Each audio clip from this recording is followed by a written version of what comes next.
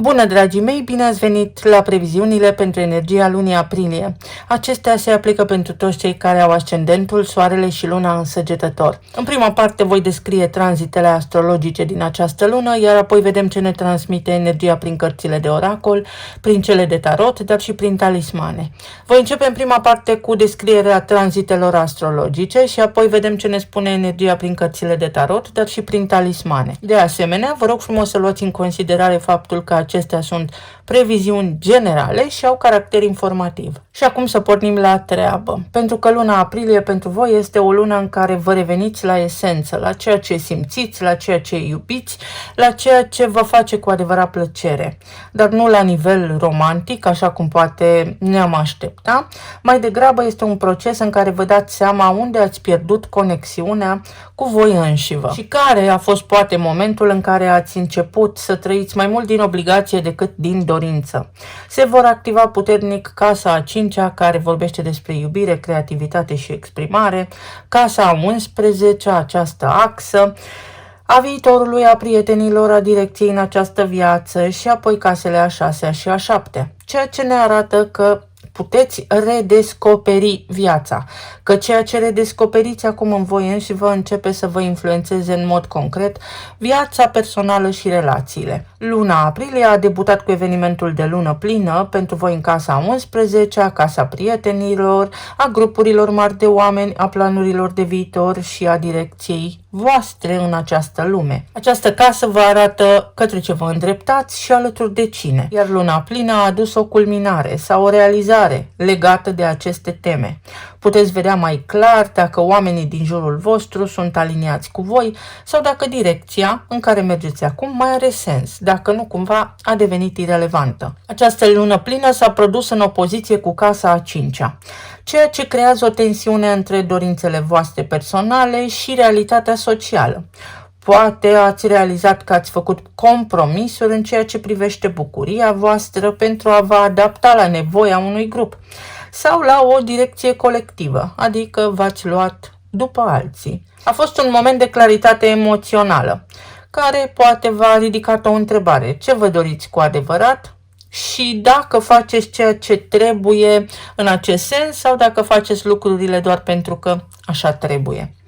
Intrarea planetei Marte, planeta acțiunii, în semnul său de domiciliu, în Berbec, va activa casa a 5-a, casa iubirii, a creativității, a exprimării și a dorinței de a trăi. Iar Marte aduce aici energie, pasiune, inițiativă. Este un tranzit care vă împinge să creați, să vă exprimați, să iubiți, dar și să vă asumați tot ceea ce simțiți. Pentru că, în acest context, Marte nu vă ajută să rețineți emoțiile, ci să le scoateți la suprafață. Marte în casa a 5-a formează pe parcursul acestei luni un aspect benefic cu Uranus, care va intra în Gemeni spre sfârșit de lună în casa a 7-a. Iar asta înseamnă că se creează o legătură între exprimarea voastră personală și relațiile voastre. Este un fel de susținere pe zona de relație, dar este și atipică. Iar asta poate însemna următorul lucru. Modul în care vă exprimați începe să atragă oameni diferiți, neașteptați, sau relații care să vă scoată din tipare. În același timp, Marte intră într-o relație de tensiune cu Pluton din Vărsător din casa a 3-a, ceea ce poate aduce conflicte de idei, poate aduce discuții intense sau confruntări la nivel mental. Este o senzație că nu mai putem spune orice doar pentru a fi liniște. Casa a 3-a are legătură și cu frații și cu surorile și cu familia extinsă, cu anumite cursuri. Este un nou drum, o inițiere. Și Mercur, planeta gândirii, intră tot în Berbec, tot în casa a 5-a și se apropie de Marte, formează o alianță, o conjuncție între gândire și acțiune, pe zona exprimării, pe zona bucuriei și a romanței. Pot apărea idei creative, dorința de a spune ce simțiți și de a vă exprima fără filtre. Este un moment foarte bun pentru a iniția proiecte noi, dar și pentru conversații sincere pe zona de relații, însă să fiți atenți să nu fiți impulsivi. De asemenea, Mercur va forma pe parcursul acestei luni un aspect benefic cu Jupiter, care este în Rac, în casa a 8-a. Lucru care aduce profunzime emoțională în legătură cu ceea ce spuneți, pentru că nu mai este doar o exprimare latentă, ci este un proces de transformare. În sensul următor: Ceea ce spuneți acum, ceea ce gândiți acum, influențează, are un ecou puternic asupra celorlalți sau poate ceea ce spun ceilalți vă impactează pe voi în mod direct. Apoi avem un eveniment de lună nouă, tot în Berbec pe casa a 5-a și este unul dintre cele mai importante momente din lună pentru voi, pentru că asta marchează un început în modul în care iubiți, creați și vă exprimați.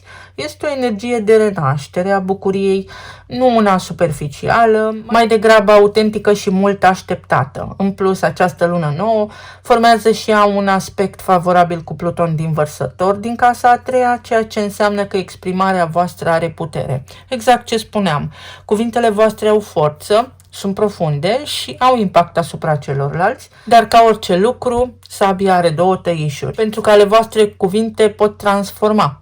Sunt puternice, atât pentru voi cât și pentru ceilalți. Ceea ce este spus, rămâne spus. Când soarele intră în Taur spre sfârșit de lună, în casa a 6-a, energia se mută din zona pasiunii în zona realității. Casa a 6-a reprezintă munca, rutina, sănătatea, modul în care vă organizați viața zi de zi. După ce ați redescoperit ce vă face plăcere, ce vă face să vă simțiți bine, începe partea în care trebuie să integrați acest lucru în viața concretă. Dacă îmi place să pictez, mă apuc de cursuri sau încep să pictez zilnic. Cam așa, spune energia. Soarele formează și el un aspect favorabil cu Pluton din Vărsător din casa a 3-a, iar asta schimbă lucrurile, pentru că intervine o schimbare mentală și de perspectivă și începe cumva să se stabilizeze rutina. Nu mai vorbim doar despre revelații, lucrurile la care vă gândiți pot deveni un mod de a trăi, practic o rutină sănătoasă. Finalul acestei luni va fi foarte interesant pentru voi. Vorbim despre intrarea planetei Venus în Gemeni în casa a 7-a, dar și despre intrarea planetei Uranus în Gemeni în casa a 7-a. Uranus în Gemeni este un tranzit generațional, durează 7 ani. Iar aici începe o schimbare importantă pe zona de relații. Casa a 7-a reprezintă parteneriatele, modul în care vă conectați cu ceilalți, în timp ce Venus aduce atracție, deschidere și dorința de conexiune, Uranus schimbă dinamica. Pot apărea relații neașteptate sau schimbări în relațiile existente. Venus și Uranus în acest context formează o conexiune puternică, pe termen scurt este adevărat, iar această energie primește influențe și de la Marte și de la Mercur din casa a 5-a, ceea ce înseamnă că este foarte important să știți ce vreți și să vă exprimați autentic pentru a atrage relațiile potrivite. Atenție la ce gândiți, pentru a atrage relațiile potrivite. Practic, cine sunteți voi în acest moment devine un magnet pentru cine poate veni acum în viața voastră sau devine un magnet în sensul în care ceilalți vor vedea schimbarea și în cazul în care vă doriți o dinamică mai bună în relații, o puteți influența, dar indirect, profund, înțelept și subtil. În același timp, Uranus din Gemeni va forma un aspect favorabil cu Saturn, care este și el în Berbec în casa a 5-a. În acest moment, pentru voi în casa a 5-a se regăsesc Saturn, Neptun, Marte, Mercur, Chiron și s-a produs evenimentul de lună nouă. Și aici vorbim despre schimbări în iubire, vorbim despre cele relații care au fost haotice, care trebuie reevaluate. Vorbim despre stabilitate, tocmai pentru că asta se întâmplă în acest moment. Energia duce la stabilitate în contextul în care relațiile sunt construite autentic, iar pentru voi acest sector din viața voastră, iar pentru voi această arie din viața voastră devine una extrem de importantă, pentru că lucrurile se schimbă. Schimbările în iubire și schimbările în legătură cu ceea ce simțiți voi pe interior nu sunt haotice, nu este nimic întâmplător. Tot ceea ce se petrece în viața voastră poate duce la stabilitate dacă este construit și autentic. Acolo unde a existat haos în relație, acolo unde a existat haos sau lipsă de curaj în modul în care abordați un proiect, o dorință, voiați să faceți anumite lucruri, dar nu aveați încă puterea necesară sau curajul necesar, acum puteți simți schimbarea. Ceva se rupe pentru ca ceva să înceapă. Privind această lună ca pe un întreg, avem un proces foarte clar de evoluție, pentru că lucrurile încep prin a clarifica planurile de viitor, ce fac de acum înainte, și la nivel de relații sociale. Apoi se activează casa a cincea, care vorbește despre voi, despre sufletul vostru și despre a redescoperi bucuria de a trăi. Luna nouă vă oferă un nou început, după care soarele în casa a șasea vă oferă prilejul unei rutine consistente, vă oferă prilejul de a pune în practică propriile voastre dorințe. Iar finalul lunii activează casa a șaptea, casa parteneriatelor, unde relațiile reflectă ceea ce veți simți voi pe interior. Deci atenție la gânduri, atenție la emoție. O lună interesantă, pentru că ne testează limitele, ne presează puțin să devenim mai buni și să avem mai multă claritate asupra vieții.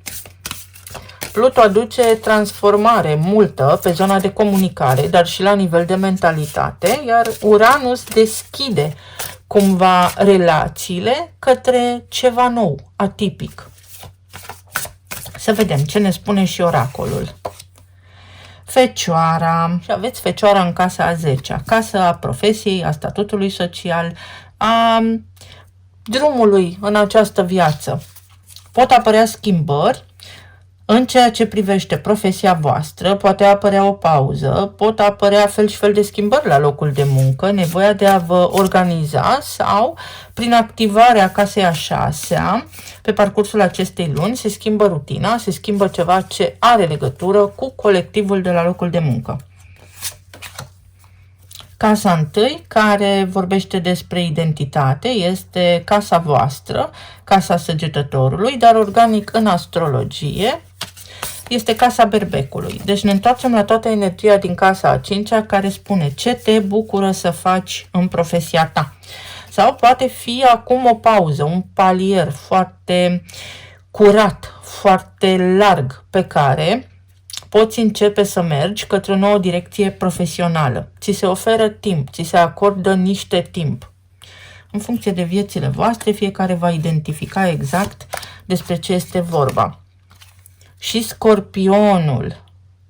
Voi aveți Scorpionul în casa a 12-a și această carte de oracol ne spune în felul următor. Fără teamă înainte, pentru că cel mai probabil ați trecut printr-un proces de evaluare, de reevaluare. Ați avut niște frici sau aveți niște frici care vă împiedică să simțiți cu adevărat bucuria vieții. Iar această lună vă arată următorul lucru, că nu contează locul de muncă, este parte dintr-o identitate asumată. Că mai mult în această viață contează să vă bucurați, să faceți cu plăcere lucrurile, altfel ajungeți la frustrări. Schimbări puternice din inconștient.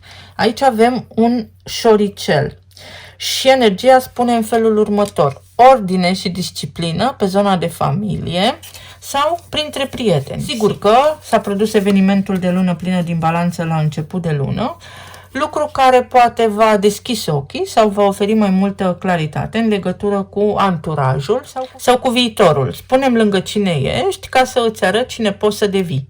Iar această lună vă ajută să vă recalibrați. Este o reconfigurare de traseu, tocmai pentru a putea să vă eliberați de blocaje, de oamenii nepotriviți care poate vă încurcă.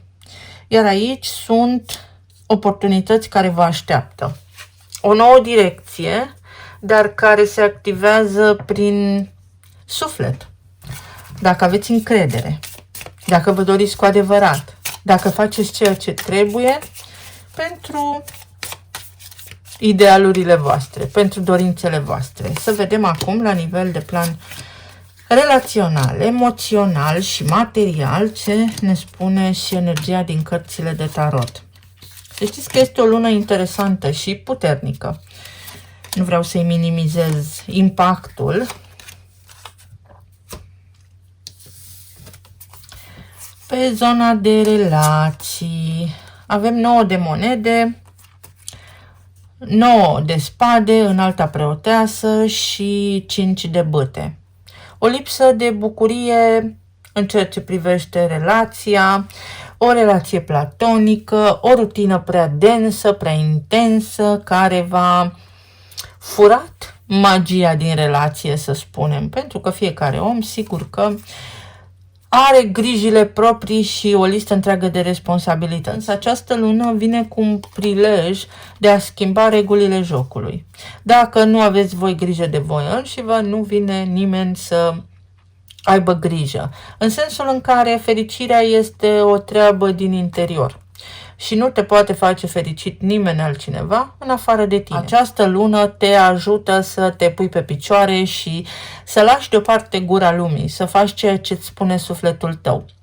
Pentru alții dintre voi, poate fi o puternică conștientizare care are legătură cu voi și cu partenerii voștri de viață în ceea ce privește convingerile. Să ajungeți la un numitor comun. Unul credea ceva, celălalt credea altceva și uite așa poate vă certați sau uite așa poate exista neclaritate în relația voastră în contextul în care de fapt toată lumea își dorea același lucru. Este o lună care în unele cazuri aduce o stabilitate mai mare în relația cu ai voștri copii. În alte cazuri, copiii voștri își pot găsi un loc de muncă. Se întâmplă ceva bun în acest sens. Pentru alții dintre voi poate fi vorba despre puterea de a o lua de la început, o nouă identitate, un nou nume de familie, o nouă poziție socială. Pentru alții dintre voi poate fi vorba despre stabilitate la nivel emoțional, stabilitate la nivel financiar, lucru care vă ajută și pe voi și pe partenerii voștri de viață, sau ceva cere o schimbare în relațiile actuale pe care le aveți, mai multă responsabilitate, mai multă maturitate. Vi se arată acum, practic, o potecă nebătătorită, o modalitate de a salva o relație. În alte cazuri poate fi vorba despre un nou partener, după o perioadă îndelungată de singurătate, nebunul, o resetare la nivel de relații. Dar cu încredere înainte, cu stimă de sine ridicată, lăsați deoparte fricile. Aici există o tendință de a pune răul înainte. Fiecare în funcție de cum a fost format. Fiecare în funcție de experiența sa de viață. Încercați să vă eliberați de critică, de stres, de ideea și de tendința de perfecțiune și să trăiți. Pur și simplu să trăiți. Iar evenimentele de lună nouă și lună plină din această lună, pe axa relațiilor, au un aport important în viața voastră, aduc o schimbare și aduc un nou mod de a face lucrurile. O împăcare posibil, aduc o nouă relație, aduc o revenire în relațiile actuale, aduc o transformare. De acum înainte, pentru 7 ani, lucrurile vor sta diferit, însă cheia este comunicarea. Cheia va fi în permanență comunicarea. Iar aici avem o carte care spune în felul următor. O schimbare, o relocare, să nu mai depinzi de cineva, să fii autentic, să înțelegi ce-ți dorești tu și să transmiți, să nu trăiești viața prin ochii celuilalt, prin simțurile celuilalt, o nouă misiune, o nouă relație, o nouă posibilitate în relația actuală și posibilitatea de a vă împăca cu cineva sau mai uniți ca niciodată. Exact așa, suntem mai uniți ca niciodată. Pe zona planului material aveți 7 de spade, 4 de spade, 8 de bâte și 9 de bâte. Uite, o perioadă de concediu este în unele cazuri, o retragere din activitate în alte cazuri. Pentru alții dintre voi este ceva ce implică străinătatea, este ceva ce implică o situație care se calmează. Ori au fost niște treburi pe care a trebuit să le rezolvați, care v-au stresat extrem de mult. Ori au fost niște discuții cu familia extinsă, cu neamul. Ori au fost niște discuții la locul de muncă. Un colectiv la locul de muncă, dinamic, efervescent, mult stres, multe drumuri. Această lună vă ajută să vă echilibrați, să vă stabilizați sau să vă retrageți. În alte cazuri, poate fi vorba despre o promovare sau despre alt rol, altă poziție, alt serviciu, alt angajator, alt șef. 3 de bâte, o schimbare care se produce în curând și magicianul și pe care o puteți influența sau care depinde de voi. judecata. Fie aplanați niște conflicte, fie vă reveniți la nivel financiar, dacă au existat niște provocări, dacă au existat niște scurgeri de bani, dacă au existat niște încurcături financiare, puteți recupera niște bunuri, dacă cineva v-a ascuns bani, dacă nu vi s-au acordat, să spunem așa, banii pentru munca depusă. Lucrurile își pot reveni acum. Reevaluarea unei decizii luate anterior și posibilitatea de a corecta ceva ce v-a scăpat puțin din mână. Se poate rezolva ceva, se poate remedia o situație în această sferă financiară. La nivel emoțional, lăsați teama. Aici există o frică de viitor, frică de cum va fi sau frică de ceea ce urmează să fie. Energia vă arată că totul depinde de voi și că urmează un potențial foarte bun. Energia vă spune că sunteți într-un punct extrem de bun la orice nivel din viața voastră în care totul depinde de alegerile voastre. Să fac sau să nu fac, să merg sau să nu merg. Este o perioadă de planificare. În funcție de ceea ce stabilești acum, în funcție de ceea ce îți dorești acum, așa va fi. Uite, 2 de cupe, colaborări noi, un nou loc de muncă, un nou parteneriat, colaborări noi sau o relație stabilă, un acord comun, un tratat de pace, liniște în casă. Și asul de bâte. Poate fi vorba despre liniște în suflet, un eveniment bun care vă face să prindeți încredere. Poate fi vorba despre o nouă relație în unele cazuri, după niște dezamăgiri sau după ce ați încercat tot ceea ce se putea face. Dar este extrem de bine ceea ce puteți atrage în viața voastră de acum înainte. Vă puteți vindeca unii dintre voi, vă puteți simți mai bine, din ce în ce mai bine. Trebuie doar să credeți că se poate. Să vedem ce ne spun și talismanele. Un concert, voie bună sau bucuria vieții. Trebuie să vă bucurați puțin de viață. Ați sărit niște etape. Pentru alții dintre voi urmează o pauză. O pauză de la locul de muncă, un fel de vacanță sau ar trebui să vă luați câteva zile libere. Un eveniment extraordinar de bun, pe zona de relații, pe zona copiilor, pe zona familiei. Ceva extrem de bun se poate întâmpla, ceva măreț, ceva ce vă împlinește. La nivel material, atenție că s-ar putea unii dintre voi să fi susținut financiar niște oameni care nu meritau. Cereți-vă dreptul înapoi. În alte cazuri se schimbă energia, se schimbă locul și se schimbă norocul. Poate vă mutați cu locuința, se schimbă dinamica. Uite, mai încercați odată. O luați de la început sau într-o nouă direcție. Ori de câte ori ați vrut voi, nu s-a putut. Și de acum, prin energia berbecului din casa a 5-a, se poate. Nu ați vrut îndeajuns de mult ceva. Aveți susținere, aveți o victorie, nu vă mai îndoiți de voi. Uite, puneți cumva răul înaintea binelui sau există în permanență niște lucruri care vă scot așa din echilibru, iar această lună vă spune că trebuie să deveniți puternici și stăpâni pe propria voastră viață, să nu vă mai lăsați influențați de ceilalți și de gura lumii. Inițialele sunt I, D, F, O, Z, N, L, A, E și K. O inițiere, cheia, un nou domiciliu sau pot fi acte de identitate. Poate fi o nouă relație, poate fi o nouă țară, poate fi un nou loc de muncă, poate fi o nouă direcție, un nou proiect, o nouă colaborare. Copii și copiii. Ori vă maturizați voi, indiferent de vârstă, omul cât trăiește învață, ori este vorba despre venirea pe lumea unui copil, ori este vorba despre un proiect care este acum mic, precum un bebeluș, dar care poate crește mare dacă aveți grijă de el și dacă sunteți consistenți, ceva începe. Aveți parte și de finalitate, aveți parte și de un început. Pentru a putea începe ceva, trebuie să vă fie clar ce lăsați în urmă. Aveți nevoie de foarte multă liniște, unii dintre voi, foarte multă liniște.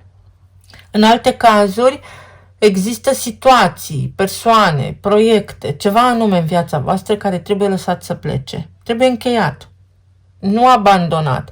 Pur și simplu să conștientizați că anumite lucruri nu vă mai sunt potrivite. O confirmare că sunteți bine. Comunicare foarte multă. Puteți cunoaște oameni noi. Puteți vorbi cu cineva. Cu cineva cu care nu ați vorbit de mult timp.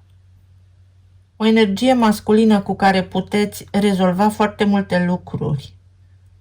Care vă poate ajuta sau o energie masculină direct vizată.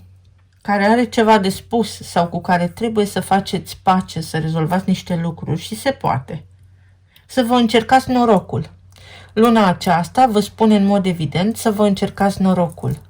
Pentru că puteți câștiga ceva, inclusiv bani. Atenție la sistemul nervos. S-ar putea în unele cazuri să fie nevoie de suplimente. O lună activă sau o lună care vă spune nu lăsa timpul să treacă. Fă-le acum. Fă acum ce ai de făcut. Acum trebuie să faci ceva și apoi te odihnești. Eu vă mulțumesc foarte mult, vă doresc să aveți o lună minunată, să fiți bine, sănătoși și iubiți și să ne auzim cu bine și data viitoare. Pa, pa!